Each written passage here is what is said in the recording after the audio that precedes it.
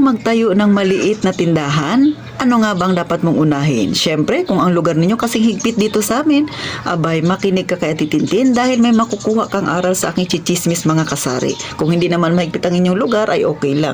Pero alam ko, darating yung panahon, magiging ganyan din ang lugar ninyo kagaya dito sa amin.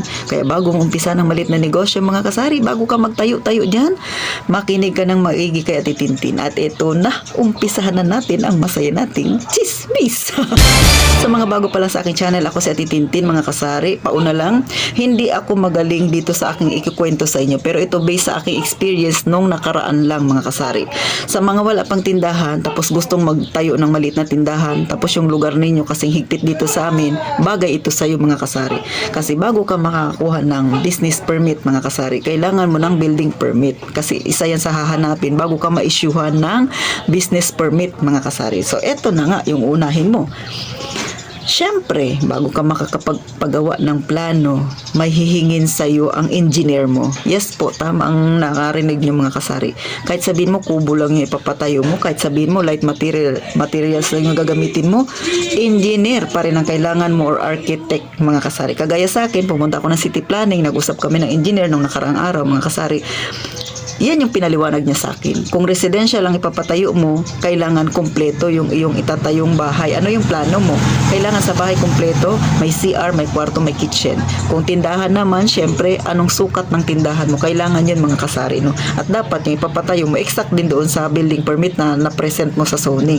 Pero bago ka dumating dyan, syempre, may hinihingi ang engineer para bago niya gawin yung plano ng iyong bahay. Kung bahay yan. So, example ko na lang sa inyo, yung sa akin, bahay yung ipapatayo ko, no mga kasari, ang hiningi ni engineer sa akin bago niya maumpisahan, kailangan syempre ang lugar na pagtatayuan mo mga kasari, tindahan man o bahay, dapat titulado.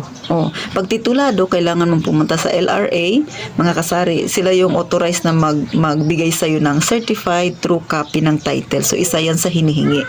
Next, syempre kailangan mo ng tax declaration, tax clearance, tax map, at syempre sa barangay clearance. At lahat ng mga yan na 5 bagay na hinihingi sa akin ng engineer, lahat yan may bayad. Lahat yan maglalabas ka ng pera.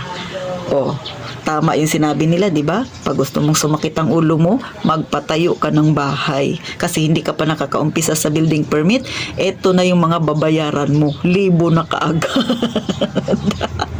So dahil dyan, natapos ko na ang lahat ng mga yan. Baka hindi kayo maniwala, no? So ito yung certified true copy ng titulo ko.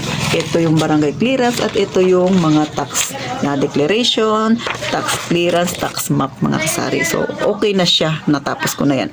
Pag natapos mo na yan, pumunta ka na syempre sa city planning. Kung sino yung engineer mo, isubmit mo itong lahat ng mga yan para maumpisahan niya na yung paggawa ng plano ng itatayo mong negosyo man o residential bahay mga kasari.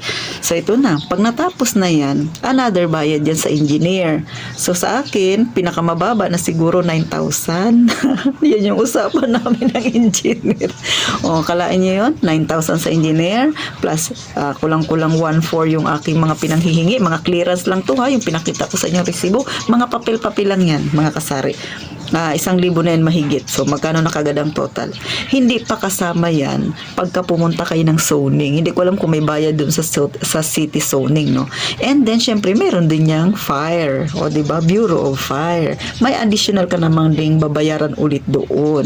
Bakit kailangan ng mga yan mga kasari? Yan ang mga certification na yan.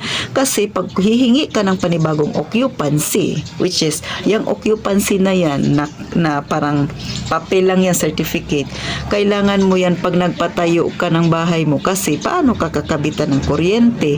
Dito sa amin, paleko yung tawag sa nagbibigay ng pailaw. Sa Manila, Meralco. Diba? So bago ka kasi kakabitan yan dito sa amin, isa yan sa hinihingi. So kung wala kang building permit, paano ka kakabitan ng kuryente? Ano yan? Magkandila-kandila ka na lang.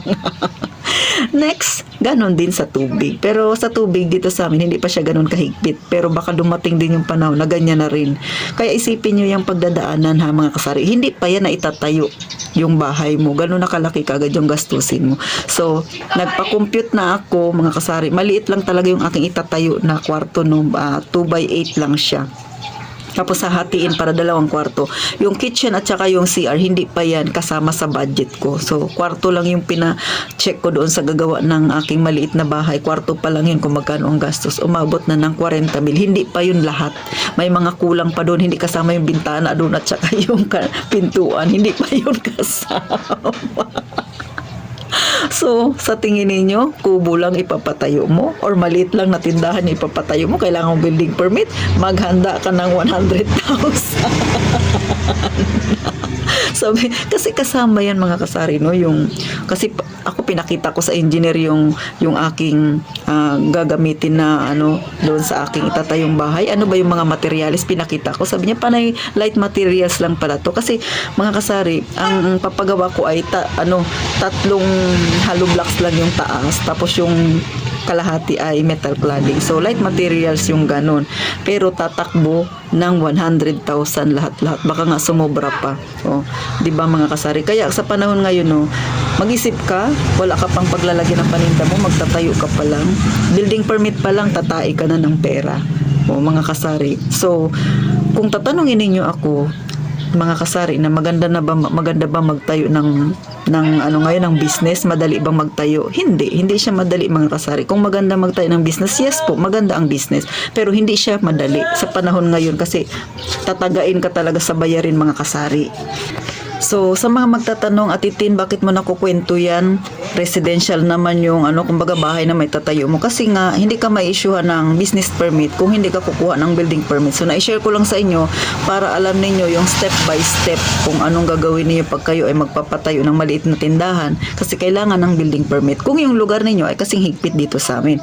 Kaya, magpatayo ka ng bahay ngayon, mga kasari, tatai ka talaga ng pera. Kahit pa sabihin mo, paunti-unti. Ako kasi nililista ko yung mga gastos ko, pabalik-balik ko sa City Hall.